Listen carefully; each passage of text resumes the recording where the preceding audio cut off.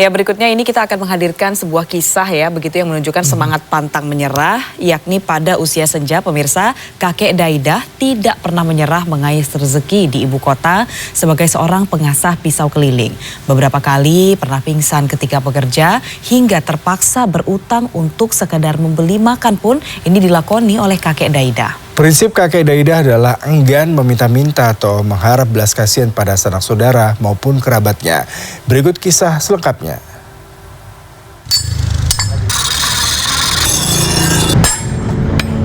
Asa peso gunting. Di usia yang menginjak 66 pada tahun ini, kakek Daidah tidak mengenal masa pensiun untuk bekerja.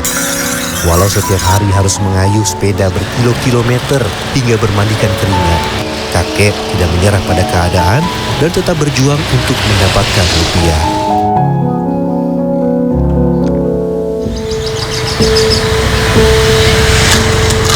Sebulan sekali kakek Daidah membeli beberapa kilogram besi rongsok untuk diubah menjadi aneka perabot. Ya, walaupun menjual jasa mengasah pisau, kakek yang telah dikaruniai 2 cucu ini juga menjual pisau, panci, hingga sutil besi yang ia buat sendiri.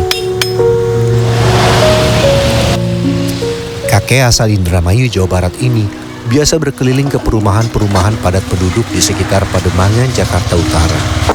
Baik untuk menawarkan aneka perabot rumah tangga atau sekadar jasa mengasah pisau. Asa peso gunting. Sekitar 5 tahun lalu, belasan hingga puluhan pisau milik pelanggan diasah oleh kakek setiap harinya. Bahkan pelanggan harus memesan terlebih dahulu sutil dan panci yang dibuat olehnya. Namun pandemi pada awal 2020 mengubah segalanya.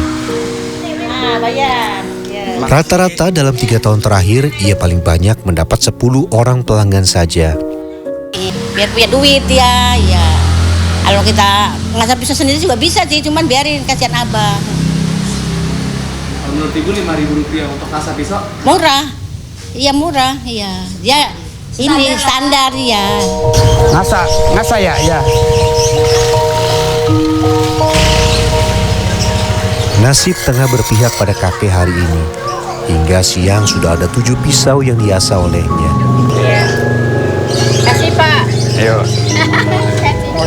Daidah masih ingat betul, beberapa bulan yang lalu ia bahkan pernah tidak punya uang sepeser pun untuk sekedar membeli minum.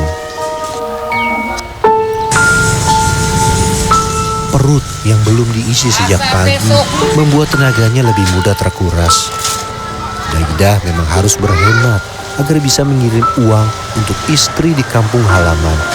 Dengan rata-rata pendapatan Rp10.000 sampai Rp30.000 per hari, berutang tidak jarang menjadi jalan satu-satunya kakek bertahan hidup di tengah himpitan ekonomi. Ya butuh buat makan.